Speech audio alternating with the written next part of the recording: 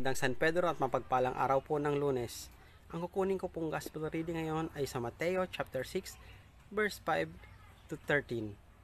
At pag kayo'y nagsisidalangin, huwag kayong gaya ng mga mapangibabaw, sapagkat iniibig nila ang magsidalangin ng patayo sa mga sinagoga at sa mga likuang daan upang sila'y makita ng mga tao.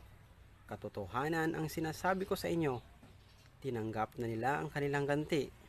Tatapwat ikaw pagka ikaw ay mananalangin, pumasok ka sa iyong silid at kung mailapat mo na ang iyong pinto, ay manalangin ka sa iyong ama na nasa lihim.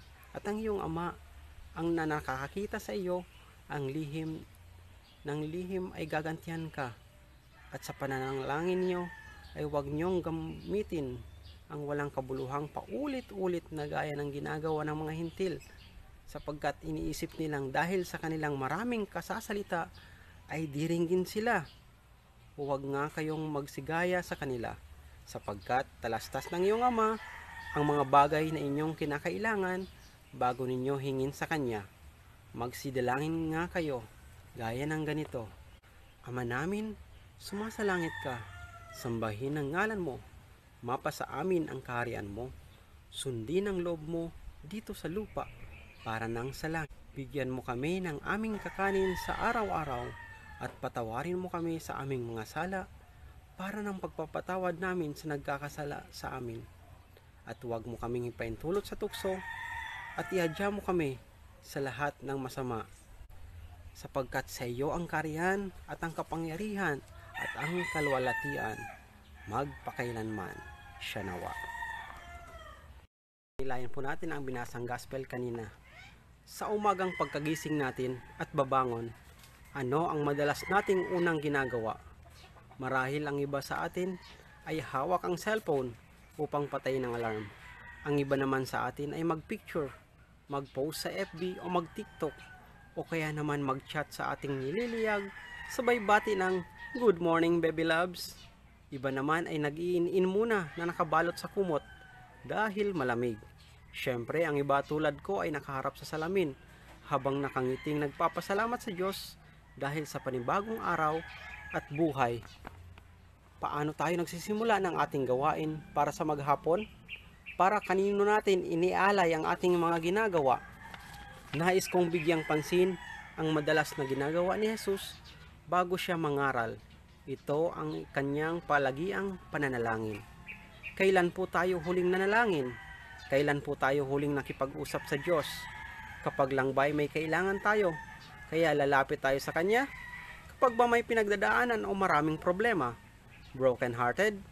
Pero kapag ba masaya na tayo at nakuha na natin ang ating gusto, may panahon pa rin ba tayo sa Kanya?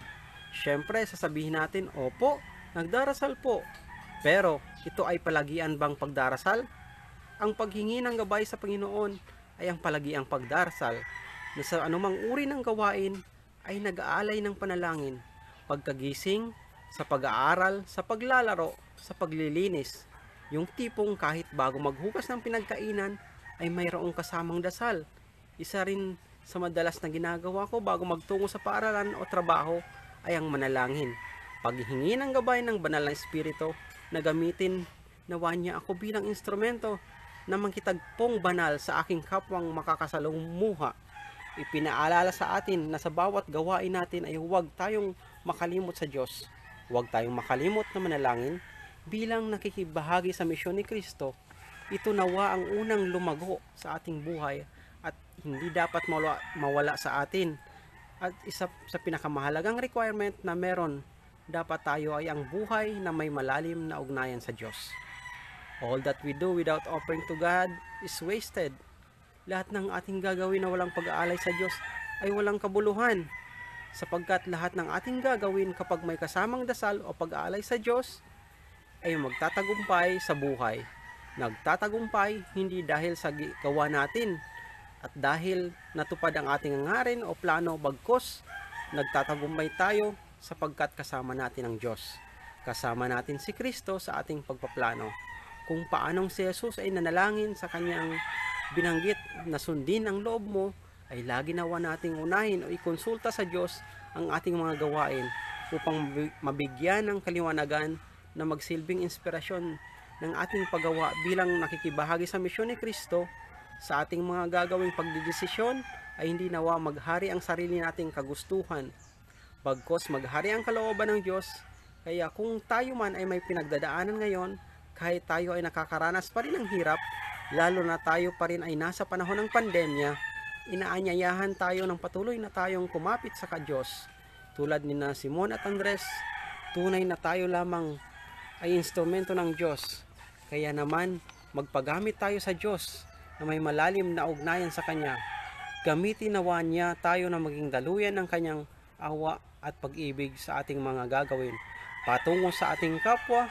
Muli nawa po sa pagsisimula ng ating bawat gawain sa araw-araw ay lagi tayong manalangin at ialay natin ang lahat ng ito sa Diyos, sapagkat ang mga gawain na inialay natin sa Kanya ay hindi masasayang, bagkos ito'y mamumunga at mananagana pa.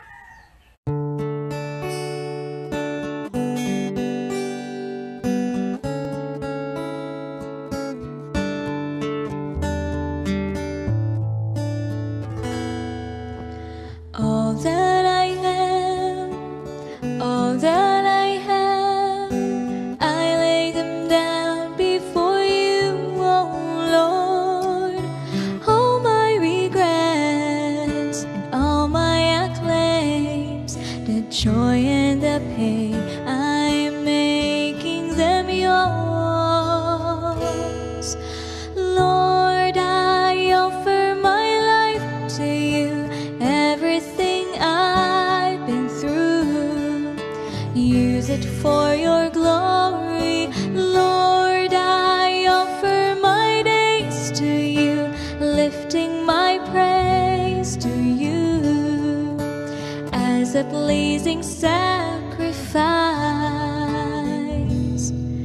Lord, I offer you my life.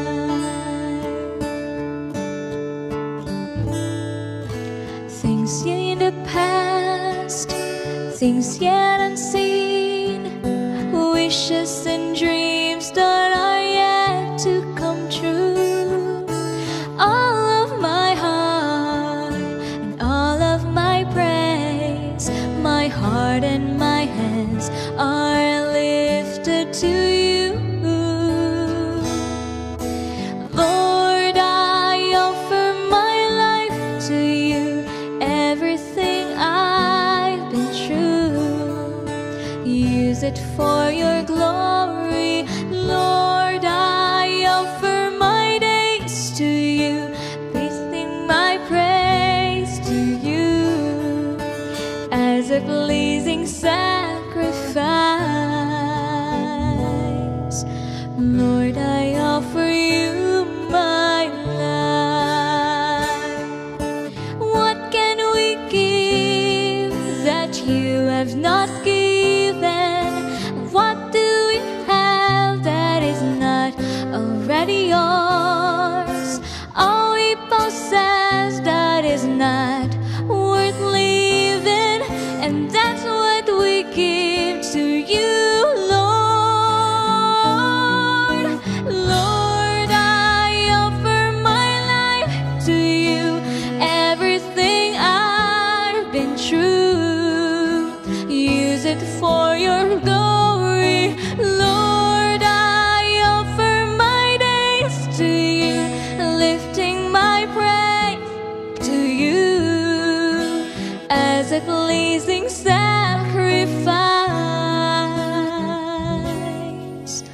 Lord, I offer you my life.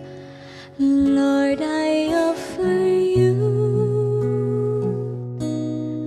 my life.